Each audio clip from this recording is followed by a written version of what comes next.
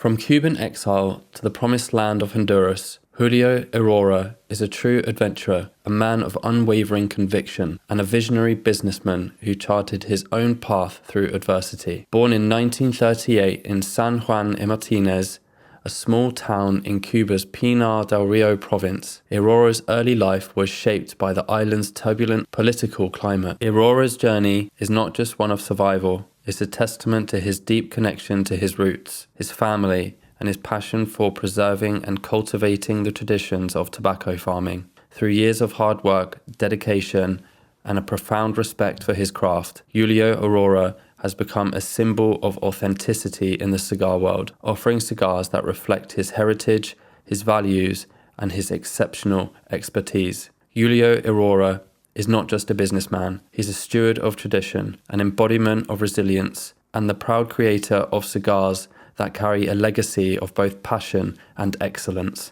And welcome back to the channel, everyone. I hope you're all doing well. Today I'm going to be smoking another cigar that was actually recommended by a handful of people on one of my recent videos. Jason Murphy, Tillman Hartley, Justin Lamb, Alex Gretsch, and Purple Goat 2500. We are smoking this bad boy, the Aladino Corojo Reserva Robusto cigar. The band, at least, has similarities to that of a Monte Cristo cigar.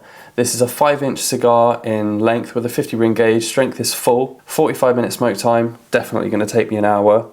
And the wrapper, binder, and filler are higher primings of authentic Corojo. As you can see, it has tissue paper on the foot of the cigar, and I want you guys to comment in the comment section below to let me know if you know the reason as to why they put tissue paper on the bottom of these cigars. Because I think it's just for aesthetics, isn't it? Is it just for looks? I think so, yeah. I think so. It can't provide any other thing than looks, can it? No.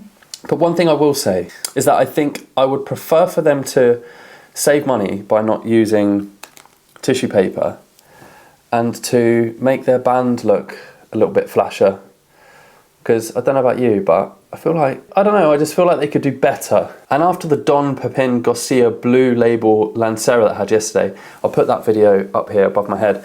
After having that cigar yesterday, I mean, you compare the bands and, well, I mean, you can't really put them in the same category. But nevertheless, maybe they put their efforts into the tobacco itself, and we are secretly in for a real treat here. Gonna go with a V cut on this cigar, if it will fit in there, just about. Have a little look at that. Cheeky little V cut on the cigar. Let's go ahead and get this thing toasted. I'm excited for this because I asked you guys for your recommendations, new world cigars that have a Cuban vibe about them, and the last one that I tried, 10 out of 10. Absolutely love that cigar, and I probably never would have discovered it if it wasn't for you guys, so I do really appreciate that. 5x50 with this cigar feels pretty cool in the hands, I must say. So there's a real contrast in size with this cigar compared to the blue label Lancera that I had yesterday, being a 38 ring gauge and this one being a 50. But I don't know, there's something about smoking a cigar, isn't there, that it has this element of cool.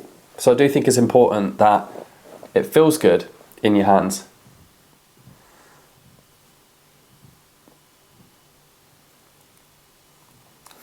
Perfect resistance on the draw, instant pepper note. I'm getting coffee early on, and there is a pepper that's lasting on the aftertaste there. First thoughts of this cigar, although it's the early stages, something's reminded me of a Bolivar. Very subtle sweetness. I think it's like a sweetness from some sort of cedar note. What we do is always let this thing get heated up. I'll touch base with you guys at around the halfway mark to see how we're getting on with this Aladino cigar. This thing is strong. Hayes about to pick me up off the floor. Collapsed, no. Almost. It was close to collapse. It's a great cigar. I'm at around the halfway mark now. I'm enjoying it very much. And I was sat here thinking, I was racking my brains, trying to think, what does this remind me of? The strength reminds me of that of a Monte Cristo No. 2 that I had a few years ago on New Year's, almost collapsed then. But in terms of everything else, it reminds me of the Bolivar Royal Corona, both in size 50 ring gauge. The Bolivar is 4 inches and 7/8. So there are similarities here, and a little price comparison if you're interested. The price difference is almost $17 between the two, the Bolivar being the more expensive out of the pair. And I want to know from you guys, with that price comparison in mind, are you buying the Bolivar? Or are you buying this? I'm buying this all day long and keeping that spare change in my pocket. Let's go for a few draws.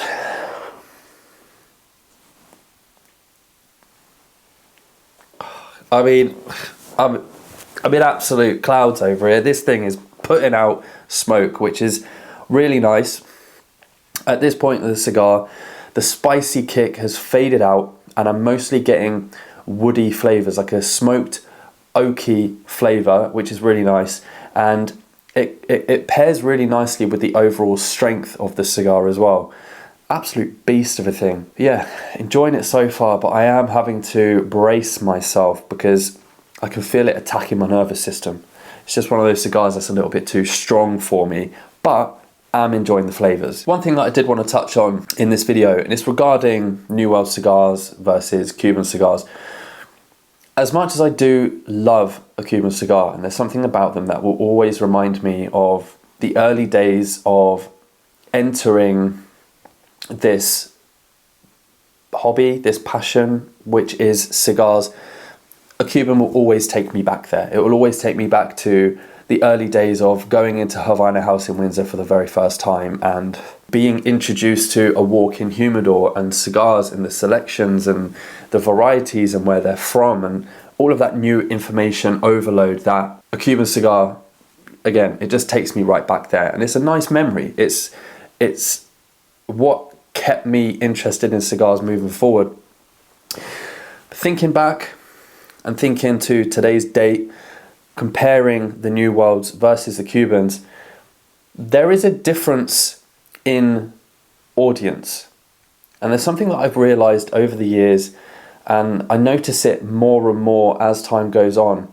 And that is that the Cuban cigar world is not exactly very welcoming, and it's full of people who you might compare to being the popular kids at school. And you compare that to the New World cigar scene, there's something about the New World cigar scene that's so much more welcoming, it's more inclusive, it's more interesting, it's more diverse, and it's more accessible for the masses. And I think being more welcoming, I will highlight that. It's like anyone can join in, anyone can share their opinion.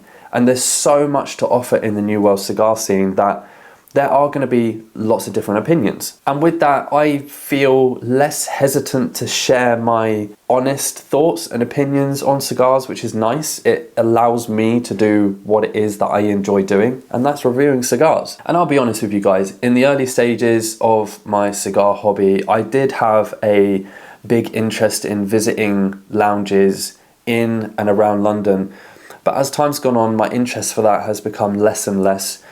Just because I feel like the Cuban cigar industry has this facade about it. It's strange, it's clicky.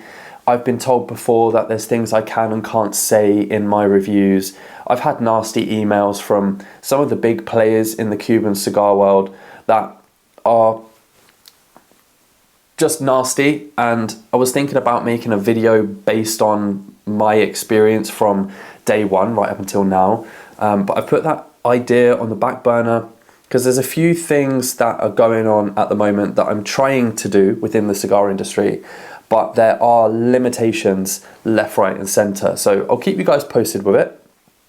But as I sit here right now with this cigar, my interests moving forward are more to do with the New World cigars. So that's just something to bear in mind as a viewer, depending on where you're from, with what you can expect to see on this channel moving forward. Final third now. It's absolutely wiped me out, and I'm gonna have to put it down. It's just getting a little bit too strong for me. Awesome cigar, very, very good cigar. Definitely an evening smoke. I mean, I'm about ready for bed after this bad boy. Thanks again to those of you who recommended this. Well worth a try. I don't think I'll revisit this cigar anytime soon, just because the strength is just it's way out of my league at the moment. Overall rating, don't know, 7 out of 10? About 7 out of 10 overall rating. That is a personal rating, so if you haven't tried this, I definitely recommend it. So until the next one, I'll see you guys very soon.